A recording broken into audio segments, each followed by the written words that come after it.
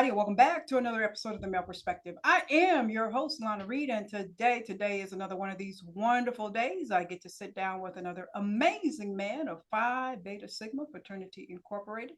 Today I have with me Dr. Mykal Thomas. He is an educator out in the Cleveland, Ohio area, and I am looking forward to spending some time with him and picking his brain about this whole K through 12 thing. But first and foremost, as I always do, sir, I take a quick moment to pause and say thank you to you for making time for me today.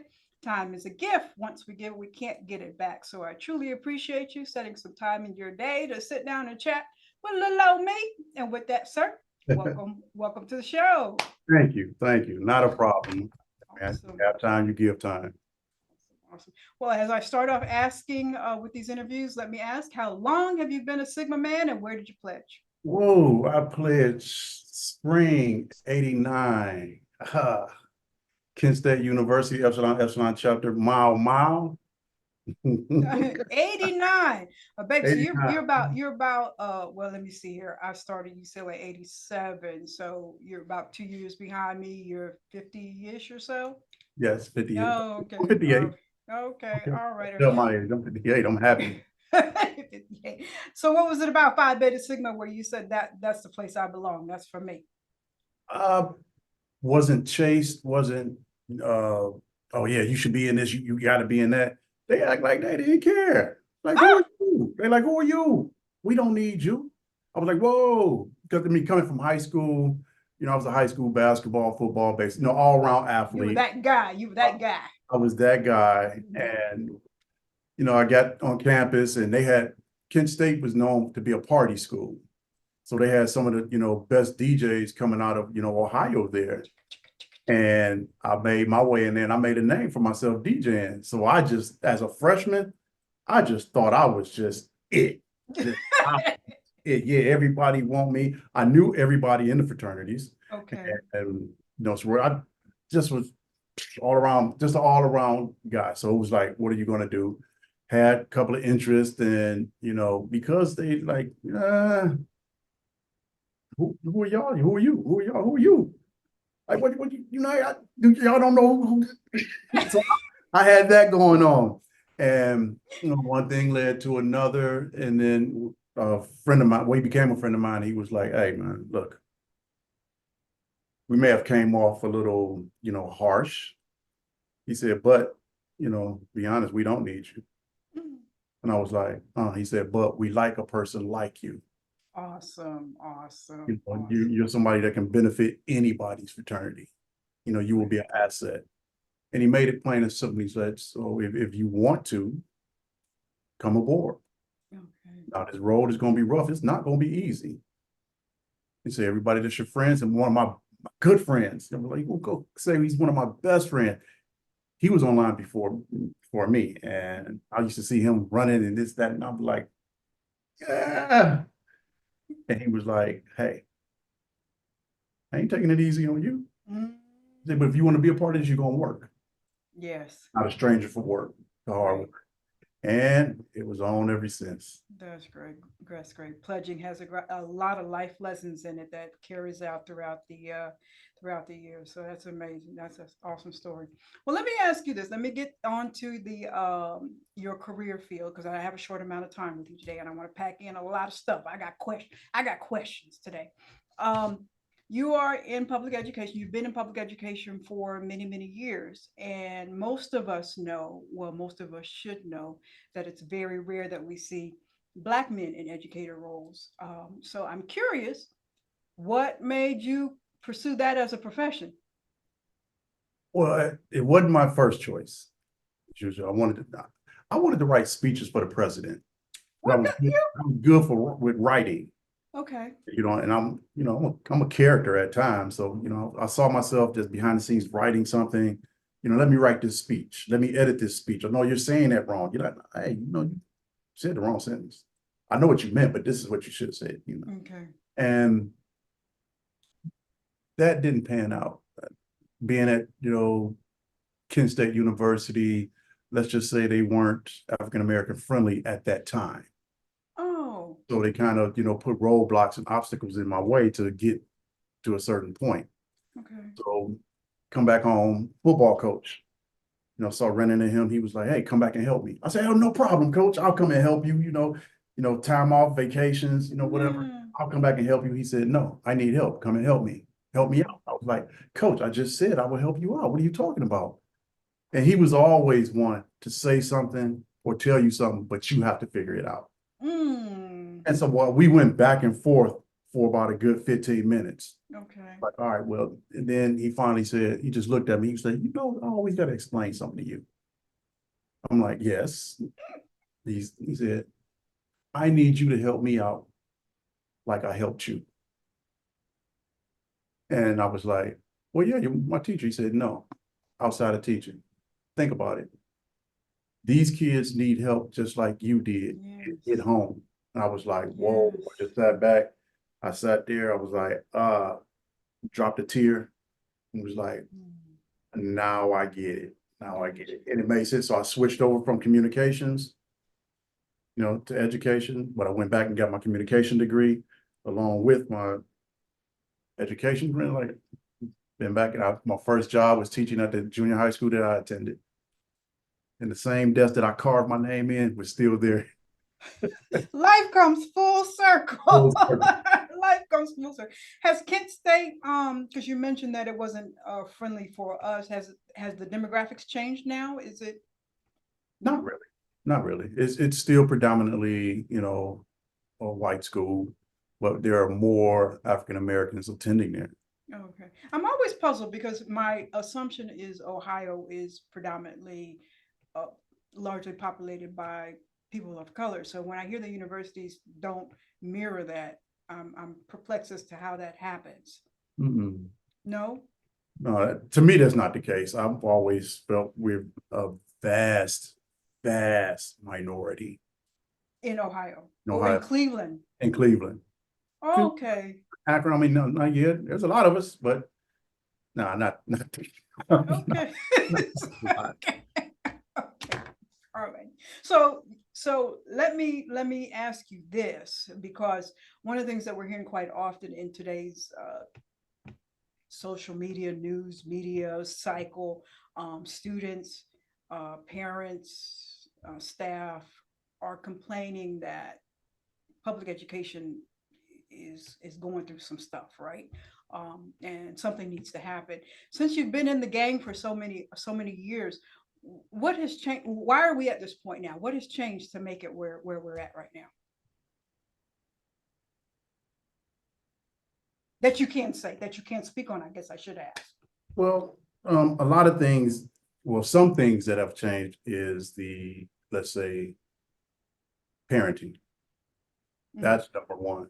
Okay, I hear that often. Okay. So, coming from a time where, hey, everybody could discipline you, or you even wanted to learn, versus going through now, it's like, hey, kids not even thinking about learning. It's not cool to learn. It's not cool to be smart.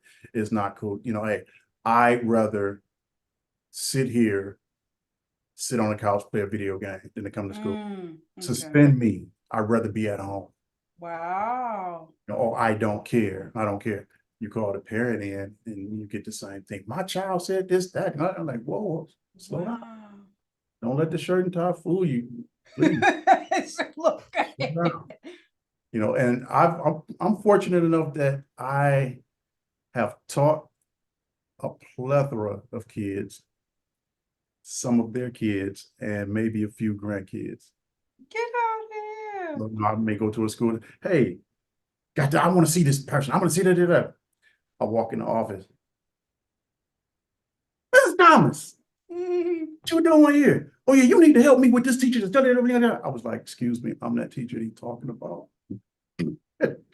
Yeah, your daughter, your son is the ex-mayor. Oh. What? And you know how I am. Nothing's changed. You giving him Okay, so before you do that, now let's talk about this. Your child is saying this, and this is how they're acting. And so, and me, I don't mind. I don't pull no punches. You were like that too. Apple don't fall far from the tree. Remember what I told you. You have a kid and they get acting bad. Don't get mad. Because look how you acting. In a Yeah. couple of cases that came true, and so we laugh and we joke about it, but yeah, there's a big problem. And then, this society as a whole, the way things are going, it's just not good. Mm-hmm. Nobody's seeing education. Now, education is not education anymore. It's a business. I'm sorry. Mm. Education and business, those are two different things. So now when you're treating the kids as just a business Mm. and not Mm. educating, and you wonder why African American, graduation rate is what, 50%? It was 40 Yes, I low. read And that. it's like, Yeah. wow, that's a problem. Yeah. There is a problem. So in preparation for today's show, I read an article that Cleveland Metropolitan School District faced some budget challenges this year, last year, this year. How has that impacted school staff, students, or has it impacted school staff? Well, like I say, we're just getting wind of this budget thing, these deficits and things like that. So they're dealing with that, talking about it. So we have a new CEO and Oh, who used to work in the district. hold on. Let me. I don't like to interrupt, but you said CEO. So is the organization of Cleveland Metropolitan School District? That's unfamiliar to me that you guys have a CEO. Is that common? Yeah. Yes. Oh, okay. Learn me something. Okay, go ahead. Now go OCFOCHO. ahead. Okay, go ahead. So now he's in charge, and this is his baby. So once they do his budgeting, everything, he's finding that okay, there are discrepancies here, there, or however they do it. Okay, okay. Oh well, we don't have money to do this, so we got to cut this, so we got to cut that, we got to cut that. Now, us as teachers, we know what's going on. There's a lot of things that money is wasted on, but that's every district, money is wasted on based on those that higher up. They do what they feel. How they do some things that are okay, but then some things you have positions that you want to get rid of, but you want to get rid of your teachers first. That's crazy. We don't have teachers as it is. We can't get substitutes. So now they're, and to me, I feel they're targeting certain teachers who've been around for a while. Let's get rid of them first. So we don't have to pay retirement and such and get out of here. There are different things that they'll come at you. They put pressure on their principals. Principals put pressure on the teachers because a lot of times principals forgot that they were in the classroom and they forgot, right? Or you have those that never were in a classroom, so you don't understand. You're just a figurehead. And so, and then some are, it's a fear thing. You fear your boss somewhat. You're supposed, you're supposed to fear this person that's head up, that's in charge. They can just come down and that's your job, that's your head. Yeah, okay, I get that, but still, we're all to know you're smart, you're educated, you went to college. Just because you went to college, you're smart, but you should have some level of intellect. Okay. Some level of reasoning. Some. A little bit of help you. A little bit. And so there becomes a big disconnect, and then here comes this budget thing. It hasn't affected us yet because we don't know what they're doing. So nobody's saying how this is going to play out at all. It's speculation. Okay. Speculation. Now, to make it make sense, we know what's going to get cut. Can we deal with those cuts? Some of those cuts you're going to deal with some people's salary. But not the higher ups, probably. No. Oh, no. Wow. If I get rid of this and get rid of that, I can pay me. If I was of that mindset of thinking. Gotcha. Understood. If I was on that other side of the track, yeah, I'll do that. Understood. Now, so you mentioned that we have a shortage of subs. We're possibly going to cut teachers to deal with this budget deficit. But another area where it seems like we're having problems keeping people in positions is like bus drivers and school staff. Why those positions we can't fill? I mean, I know the substitute teacher and everything, but we can't get the bus driver and the cafeteria worker? all across the board, there are problems. There are money problems. And when you come up on that negotiation year, oh, we always want to make cuts. Let's fight. Let's see what we can get. It's a unnecessary battle, but yeah. Wow. All across the board where you don't have enough cleaners in your room. And then you're not really, I'm sorry, the economy goes up, inflation goes up. You have to pay people more. You have to pay people to live. Yeah. Do. You know what I'm saying? Especially teachers. I mean, there's so much riding on the teacher's job. I mean, the future of what our communities look like depend on the pouring into these students in this classroom that the teacher is able to do. So, I mean, it seems like a no-brainer to me. But hey, it's one of them subjects that nobody wants to talk about, nobody wants to get into, except for maybe if you retired and you're not, double dipping or whatever. I retire, I'm telling it all. Say, look, I got a book coming out. I'm going on everybody's show, and hey, this is the problem. We got to bring back Phil Donahue for you. We got some stuff to talk about. Oh my goodness gracious. It just really is. I mean, because I keep on hearing it, and sometimes, when you're on social media, you're like, okay, that's just elevating something that maybe is not an issue, but it just seems to be everywhere I go. I keep on hearing that this is a problem. This is a problem. And it's such a deep issue that nobody wants to tackle it because, hey, there's a way around. You may end up losing your job, and if that's your livelihood, you're in trouble.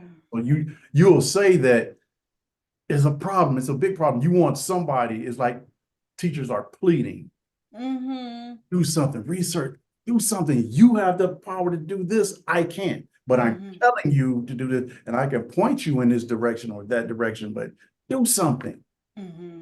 But I have to remain quiet because if anybody see this and be like, oh, really? Well, now let me come at you. So that's why a lot of people don't talk. Wow. They go around the issue. Like I always have this thing I say, talk to me, not at me, and definitely not around me. Gotcha. But in this instance, we can't talk to. We have to talk at and around. Okay. I mean, somebody could take this right here, somebody in the higher powers that be, and see this and some things that I may have said. Oh, well, you inferred, you implied. Cheek. Bye-bye. Okay, we're gonna keep it on the straight and narrow. We're gonna keep it on the straight and narrow because we need to keep the lights on. Well, let me ask you one question. Hopefully this won't get in too much trouble. But you mentioned earlier about principals. My question is, the pathway to becoming a principal is not always through the classroom. You don't always have to have that experience. Not anymore. Oh, not anymore. Back then, you used to at least have 3 years, 5 years of classroom, experience. Then you become an assistant principal for a couple of years. Then if there's an opening and you've deemed yourself worthy, you can become a principal. Now they have these classes like, hey, oh, you coming in, you teach, hey, we got this course here. We have this course here, principalship, be assistant principal, Wow, things have changed. Things have changed. Well, let me ask you this. Another new phenomenon that we've seen creep up over the years is this concept of charter schools. How does that impact your traditional K-12 campuses? A lot of schools aren't K-12. They're K-8. And then you have your regular high school. They did break that off. Okay. But the charter schools, they may go K-12, but they're small. Because if you tell a parent, hey, we have smaller classrooms, we don't have all these kids, all this noise, just distractions.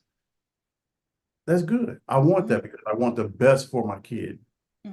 I'm sorry, every kid that came from a charter school and then transferred in because of budget cuts and that charter school is not there no more, has transferred over into my building. Like, okay, so you're supposed to have the best of the best and you get this.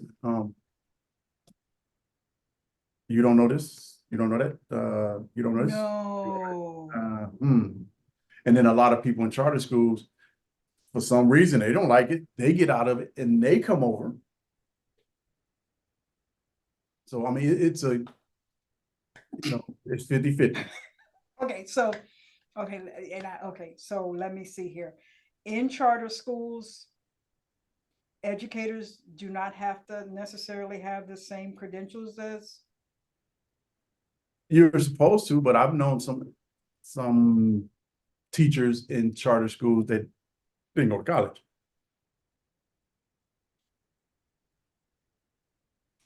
I've known some that they don't have a degree. They don't have a degree in education. They don't have a degree. Oh, they took some courses.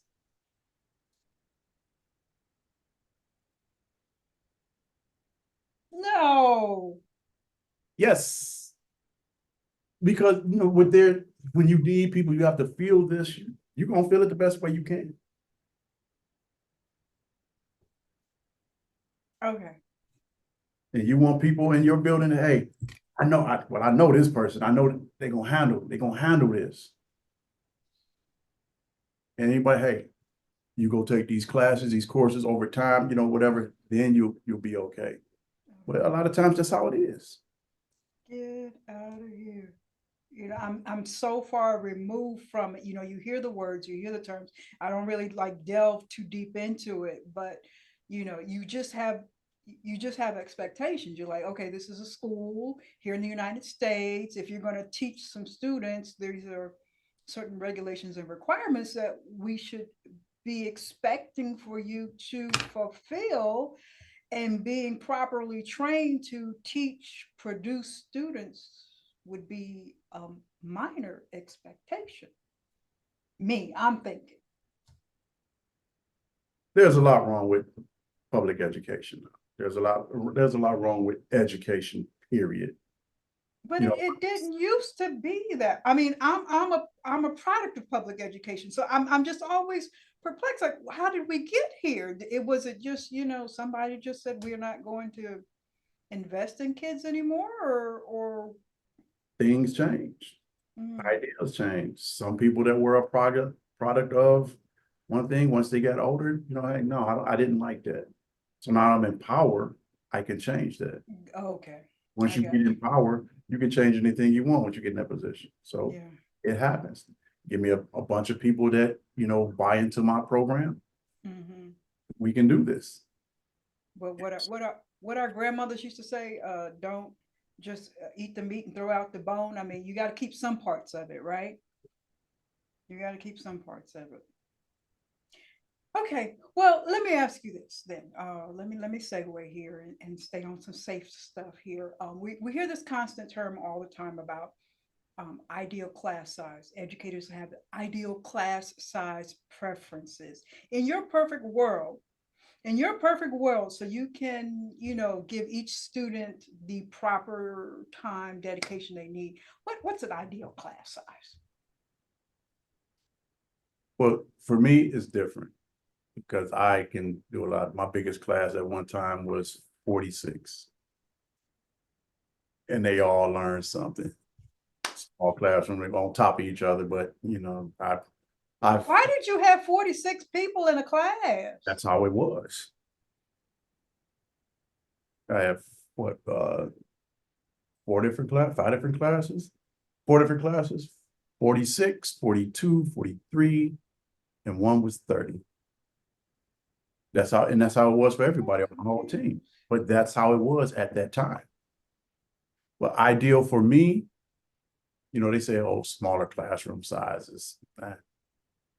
You give me 18 for me. Even 20, you give me 20, I'm good. Okay. And that's with the one where they want to call them the problem kids or, belligerent, disrespectful ones. You give me 20 and we're going to learn. I can make something work. I didn't ask this. What is your grade level do you teach, or what? I teach middle school. Oh, okay. So you got some busybodies. You got This some. kid, sixth, seventh, and eighth graders that just smelling themselves, and they're all over the place. You know, the conversations that I listen to, like, then get your point. All right, stop, focus, you know, because I'll let you work once I go over the lesson and we break off in groups or whatever. I'll let you have your conversation. Okay. Mhm. I play music. Okay. You know, I listen, I let them, I DJ, so I let them listen to me, you know, DJ sometimes. Mhm. And we have a ball. But then when it gets too out of hand or just really inappropriate, all right, that's it, shut it down. Mhm. If you can't do that, get out. Gotcha. Gotcha. Gotcha. Is it hard? I mean, because you seem relatable as an educator to the students, and you probably know better what they need, what's going to get the job done. Is it hard to balance that versus what administration expects you to do? Yes and no. Yes and no. One, I've been indoctrined into the educational realm of society, so I can, you know, we can discuss the trickle down theory.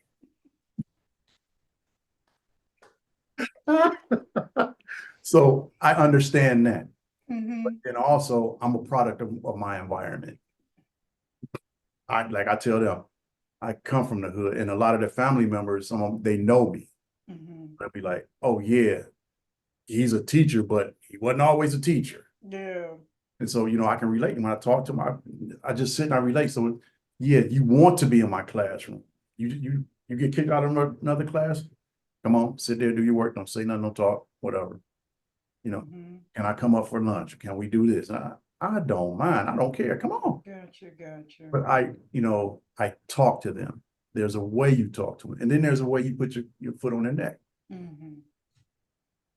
And then you have to be able to talk to them, you know, once we go into a meeting with their parents and whoever, you have to be able to, you know, explain this. And then, all right, hey, no flies on the wall, no bugs in here.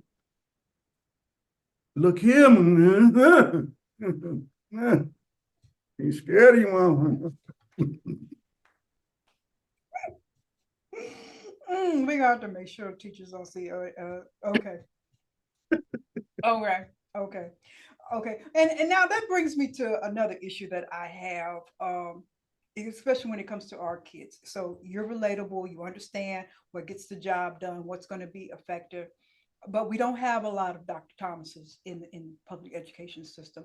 What we have in K through 12 is predominantly women and predominantly white women who are teachers in these classrooms. So, because you've been at this for a while now, how do you tell these teachers to effectively teach students who they don't have the cultural experience, background, understanding, and they're standing in front of kids who there's a little bit of disconnect? How do they become effective? Listen, Mhm. listen, listen to what they're saying, then listen to what they're not saying. Mhm. If you don't know because there's a cultural disconnect, find somebody and ask them. Mhm. Love them. Show them that you care. You show them that you care, they're okay. And you'll be fine. Now, if you come in here on some trash and you start saying you act like you're better than them and they're nothing, you talk down to them because you have a little something, oh, you're gonna lose them, you're gonna lose your classroom. And guess what? You're gonna be crying every day. Mm. You're gonna have a problem. Mhm. Or are they, do you see them mastering this more often than they do not? Or is it? I see a lot of them, they try hard, they care. Mhm. They care. It's like, hey, these are my kids. Besides my own, these are my kids. So my kids ask me, like, how many kids do you got? I'm like, 120. Oh, but there's going to be one to be like, he means us. Mhm. And I'll be like, okay, yeah, you got it. Well, y'all Mhm. here with me? Y'all my kids. So, you know, some of them, they may not say Dr. Thomas, they may not say Mr. Thomas. They'd be like, hey, hey, daddy, can I get some money? It's a village. It is truly a village. Right. Yes, it is truly a village. And I let them joke like that. A lot of teachers, they won't let them joke like that. I mean, that's harmless. That's harmless. And then you have some, you know, in our community, we know how they don't have a father, they don't have an uncle or grandfather, they don't have that male figure as they're like, okay. So if you had the opportunity to stand in front of a young man who's probably in his college career, and he's like, you know, Dr. Thomas, I'm considering becoming an educator, and you had a moment to sit down and give him the pros and cons, and, you know, this is what to expect, what would the conversation be like? Are you crazy? No, I'm just kidding. Have you lost your Hey, mind? Black men educator, come on now, come on, Dr. Thomas, I'm expecting more. We got to get him in there now. Spock. Pull out your Dr. Kirk. You know, I would tell him to, you know, we need more, but really think about, you know, the type of person you are. Are you quick? Do you have a quick temper? Are you quick to just like, get frustrated? If you are, maybe it's not for you. Because I've seen some come get mad and just lose it, and then they go. I've seen teachers come in one day, you don't even make it to lunch. I'm out of here. Boom, go.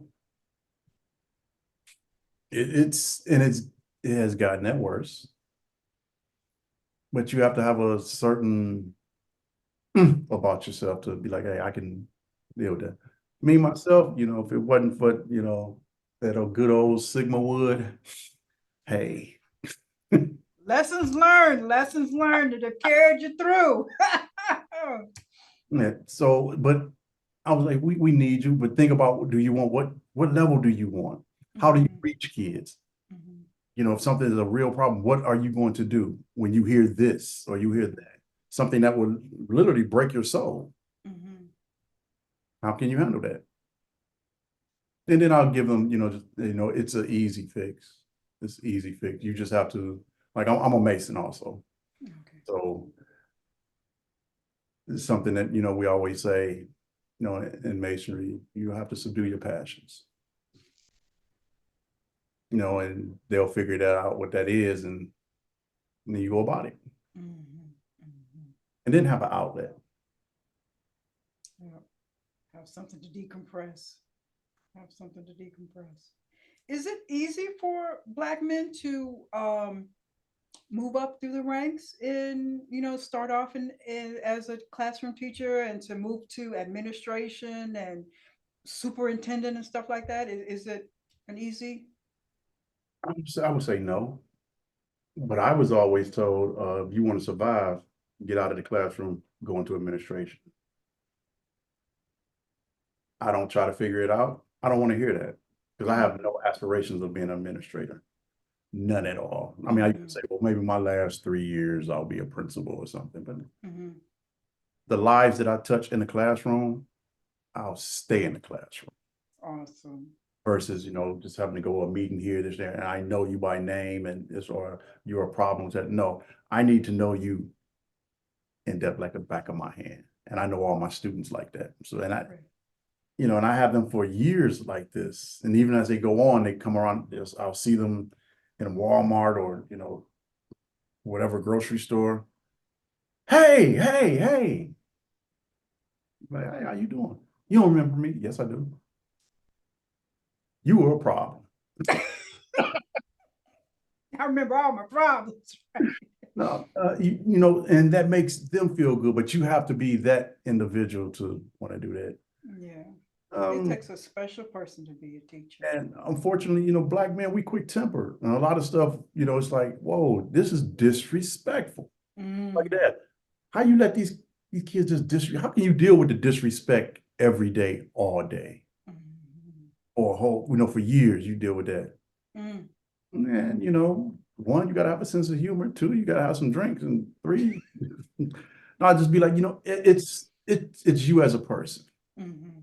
You find a way. Yeah, do I get mad? I get mad some days. I don't even want to go back. I don't. I get some days I want to just push my chair in, walk straight on out the door, just whatever. But then it's students have seen over there, you kind of get assistance from them. Once I get to that point where it's like, you know, don't do it, Miss Thomas, don't do it, don't do it. It ain't worth it. Because that's the same thing I would say to them if they got into an altercation or it's a problem or something. Is it worth it? It ain't worth it. Come on. Mhm. So I find them, you know, saying the same thing to me. Relax, relax, breathe. No, why don't you breathe, huh? Can't breathe now. Taste your own medicine, right? We gonna throw it back at you, right? So, you know, it's very hard. It's trying, Mhm. but and then you gotta love what you do. So if you're not gonna love it, nah, Mhm. won't work. Okay. Do something else. Let me ask you one more question before my random question here. One of the things I've often heard about Black men who are in education is you're often called to be the disciplinarian or does that happen to you all the time? All the time. All the time. I joke around with my colleagues and I tell them like, yeah, Black Superman here. Dun, dun, dun, dun. You'd be like, what? It's like Black Superman. And sometimes I'll blast it on the speakers in my room so you can hear it in the hallway. Black Superman. And I'll be in the hallway just like, I'm assuming the rest of the staff understands Dr. Thomas by now, right? yeah, yes. And, Oh, okay. yeah. They'd be like, oh, y'all know he crazy, so just leave him alone. Yeah. But I don't, you know, me, I don't mind. Okay. I don't mind. And I told my principal once, I don't need accolades. But, you know, a thank you would be okay. Just a simple thank you. You know, I know I can see on their face if they're losing, they're going crazy. Relax, come on. You need to relax, dog. Give them to me. Mm-hmm. Come on with me. Grab them by the ear, lightly grab them by the ear. They feel like that, but you know they like that. Come on, Yeah. you can put them in a headlock, and we just Yeah. walk and talk, and be like, "Hey, come on now. You know you ain't gonna be acting like you may be having a bad day or whatever. What happened? You're hungry, aren't you? You got to Mhm. find that out. You know, and then you have to know your students. Yeah. So, It's an art to it. It's such an art to it. Not everybody's built for it. I got little first graders, second graders. I don't even see them because I'm upstairs. Where they come with a note at the door, like, come on in. What you scared of? Got that little note. Can you read that to me? Never mind. Don't read it to me. So you have to come to me.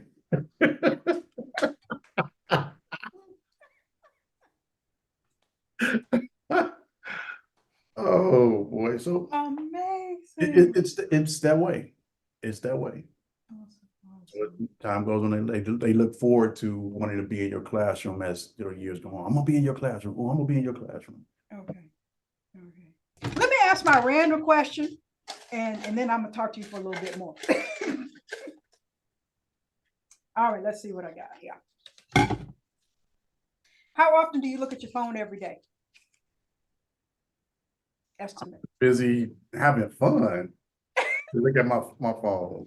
Oh, so I guess your students are not looking at their phone in class either, right? Oh no, I have a no phone policy in the classroom. Not at all. No, you don't need that phone.